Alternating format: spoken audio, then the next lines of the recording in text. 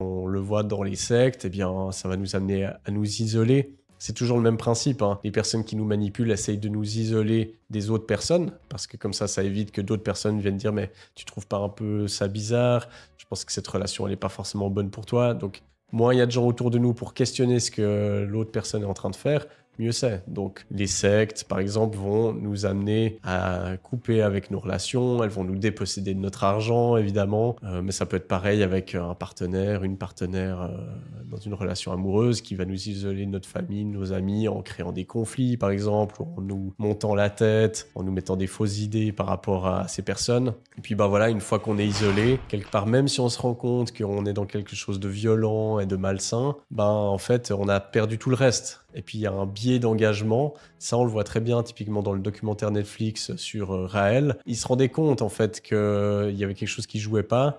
Les choses devenaient de plus en plus absurdes. Mais ils étaient tellement engagés, ils avaient tellement cru dans ces théories, ils avaient tellement coupé avec leur famille et ils s'étaient tellement positionnés contre ces personnes que finalement, ça devenait plus imaginable de tout d'un coup dire «Ah non, en fait, j'ai été trompé».